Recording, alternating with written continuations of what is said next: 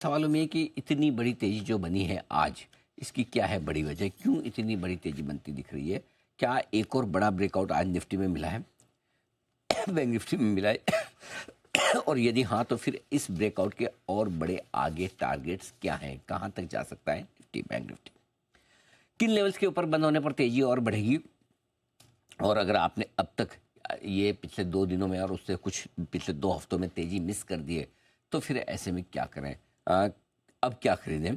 और जिन कंपनियों के नतीजे आ चुके हैं और जिन कंपनियों के नतीजे आने वाले हैं, उनमें आपको क्या करना चाहिए? ये है हमारे आखिरी घंटे के बड़े सवाल। ओके।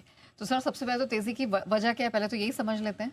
तेजी जाहिर सी बात है, जिस तरह की तेजी बनती दिख रही है, क्वालिटी और क्वांटिटी दोनों के लिहाज से नेहा एक से ज़्यादा वजह है, इसमें कोई डाउट ही नहीं तेजी की तरफ से। और सबसे पहली वजह ये कि नतीजों की सीजन की बहुत दमदार शुरुआत की है। देखिए, पिछले कुछ तिमाहियों से बार बार भारतीय बाजारों में और जो लगातार एफ की शॉर्ट पोजीशन बनी हुई है 93% के आसपास, खरीदने का मूड उनका नहीं है। उसके पीछे एक ही वजह बताई जा रही थी, वैल्यूएशन। हमारे वैल्यूएशन महंगे हैं और हमारी कंपनियों की कमाई उतनी दमदार दिख नहीं रही। लेकिन फॉर ए चेंज इस बार रिजल्ट सीजन ने बहुत ही कम उम्मीदों पर अच्छी मजबूती के साथ रिजल्ट सीजन की शुरुआत की, जिसकी शुरुआत टीसीएस ने की है।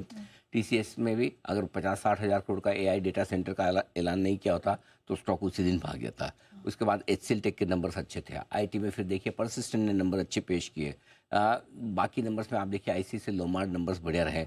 एचडीएफसी एएमसी और आईसीआईसीआई प्रू के नंबर्स अच्छे ही थे, भले ही स्टॉक ना चले हो एक अलग बात है, लेकिन नंबर्स में ग्रोथ अच्छी नजर आई आपको। उसके अलावा आज नंबर देखिए, नेस्ले के नंबर्स एक और सेक्टर की री रेटिंग करते हुए एक्सिस बैंक ने बैंकिंग शेयरों की री रेटिंग कर दी। छोटा ही सही, बैंक ऑफ महाराष्ट्र जैसा छोटा बैंक और अब उसके बाद इंडियन बैंक, पीएसयू बैंक्स की री रेटिंग करे तो हर एक सेक्टर से जो रिजल्ट ऊपर निकल कर आ रहा है।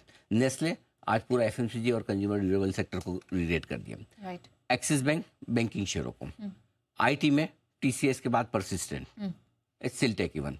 तो कुल मिला के कि हर एक सेक्टर, इवन पीएसयू बैंक्स में आप देखिए, बैंक ऑफ महाराष्ट्र वगैरह, सो कहीं न कहीं हर एक सेक्टर की री रेटिंग हो रही है नतीजों के बाद। और जो नतीजों को लेकर जो डर था, वो डर अब कॉन्फिडेंस में बदल रहा है। ये बड़ा फर्क है। एक तो ये कि मतलब जैसा अपने अपने वो है ना 10वीं की या 12वीं की क्लास में अपने जा रहे रिजल्ट लेने के लिए और डर ये हो कि फेल हो जाएगा आदमी, और फेल होने के बजाय वो फर्स्ट क्लास में आ जाए।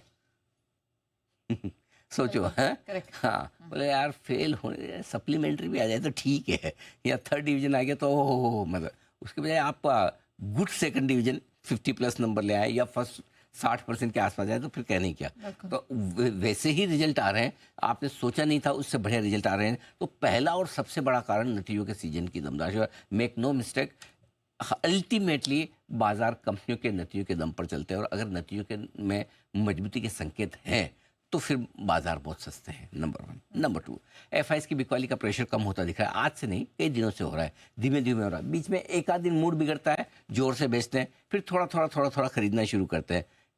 लेकिन अब ऐसा लग रहा है कि इन नंबर्स को देखने के बाद मैक्रो और माइक्रो फैक्टर्स दोनों, एक और मैक्रो फैक्टर्स मतलब इकोनॉमी के data, tax collection, rate cut, GST cut, ये सारी बड़ी चीज़ें हैं जो बाजार के फेवर में। दूसरी ओर माइक्रो डेटा यानी कि कंपनियों के नतीजे। तो ऐसे में एफआईएस की बिकवाली का प्रेशर कम हो रहा है। और मजे की बात ये सब जानते हैं, आप भी, मैं भी और एफआईएस भी, कि अभी इतना बेचने के बाद भी बाजार घटे नहीं। बेचना कम किया तो इतने बढ़ गए। जिस दिन शॉर्ट काटेंगे उस दिन क्या, और जिस दिन शॉर्ट काट के फुल फ्लेज खरीदारी के मूड में आ गए तो क्या 26,277 यानी कि लाइफ हाई ऐसे सामने दिख जाएगा। करेक्ट।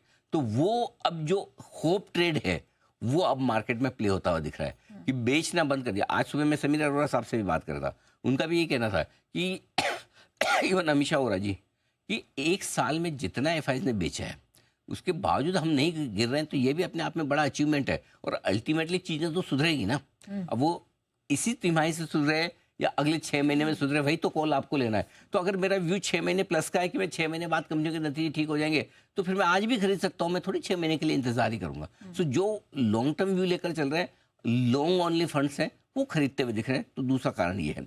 अब तीसरा कारण ये कि फाइनली ट्रम्प को मोदी जी पे प्यार आया है। कल खुद उन्होंने बोला, मैं नहीं बोल रहा, उन्होंने खुद ने बोला है, अच्छे से बोला है। बोले कि राइट सेंस में लिए सर, हम राइट सेंस में ही ले रहे हैं, आप प्यार दिखाते रहिए, जताते रहिए, हम राइट सेंस में लेंगे बिल्कुल। तो थोड़ा नरम रुख होते हुए दिख रहा है। अब आप हम सब जानते हैं कब भी पलट जाए, कुछ और बोल दे, यू नेवर नो। बट जो नहीं पता उस पर क्या दिमाग लगाएं, जो पता है वो लगाएं। आज तो अच्छा बोला है ना, लेट्स एंजॉय टुडे। भाई जिस दिन जब तक आपका चल रहा है रिलेशनशिप अच्छी, तब तक एंजॉय कीजिए, जब खराब होगी तब हो जाएगी, तब देखी जाएगी। और अभी क्यों सोचे खराब होगी? हम तो हमारी तरफ से पूरा रिलेशनशिप में कंट्रीब्यूशन कर ही नहीं, अच्छा बोलने का, अच्छा करने का। जब जब उन्होंने खराब बोला हमने कुछ कहा नहीं, जब जब उन्होंने अच्छा बोला तो हमने समर्थन कर दिया। सो उनको भी बात तो समझ में आ रही कि हम लड़ना नहीं चाहते हैं, साथ रहना चाहते हैं। और आज भी देखिए, जब उन्होंने कहा कि हम ऑयल की बात की कि रशिया से धीमे धीमे कम कर देंगे, तो हमारे भी एक बड़ा स्टैंडर्ड और अच्छा सा स्टेटमेंट आया मिनिस्ट्री ऑफ एक्सटर्नल अफेयर्स की तरफ से। हाँ भाई, हम धीरे धीरे अमेरिका के साथ ये कहीं नहीं कहा कि किसके साथ बिजनेस कम कर रहे हैं, खत्म कर रहे हैं, अमेरिका के साथ बढ़ाएंगे। बहुत ही इसको लेकर सधा हुआ सा एकदम सारा कि भाई आपकी मेरी रिलेशनशिप बराबर है, मेरी दूसरी तीसरी चौथी जगह क्या है वो छोड़ दो आप, न मैं उस पर कुछ कमेंट कर रहा हूँ ना आप करिए, लेकिन आपके साथ रिलेशन मुझे अच्छे रखने हैं और उसकी तरफ मैं काम कर रहा हूँ। ये बहुत बढ़िया स्टेटमेंट भारत की तरफ से भी आया है। चौथा कारण, और चौथा कारण कच्चा तेल गिरते पड़ते $62 पे आ गया। अल्टीमेटली को जो रोज पैसे लगते हैं भाई साहब तेल के, रोज तेल मंगाओ, रोज पैसे देने पड़ते हैं, ये नीचे आता दिल को इतना सुकून मिलता है मैं बता नहीं सकता, है ना। मेरा बस चले तो दिवाली के दियों में भी कच्चा तेल डाल दूँ इतना सस्ता होता दिख रहा है। तो कुल मिला के ये कि कच्चे तेल के दाम हमारा इंपोर्ट बिल कम कर देते हैं। इसी के चक्कर में थोड़ा डॉलर भी कमज़ोर हुआ है, रुपया भी थोड़ा बेहतर हुआ है। बार बार ऐसा लग रहा था कि ये भी लाइफ लो बनाएगा, 88 रुपये 81 पैसे के पास जाता था, एक पैसा पास जाके ऐसा लगता था अब गया नया लो बनाए, घूम के आ गया। पिछले एक दिन में, कल और आज के अंदर रुपए में जो इतनी तगड़ी रिकवरी आई है वो काबिले तारीफ है, वो भी अच्छा है। तो ये 5 बड़े कारण हैं जिनकी वजह से बाजार है बेहद मजबूत। चलिए, तो कुछ सॉलिड रीजंस है जिसकी वजह से स्ट्रेंथ है, लेकिन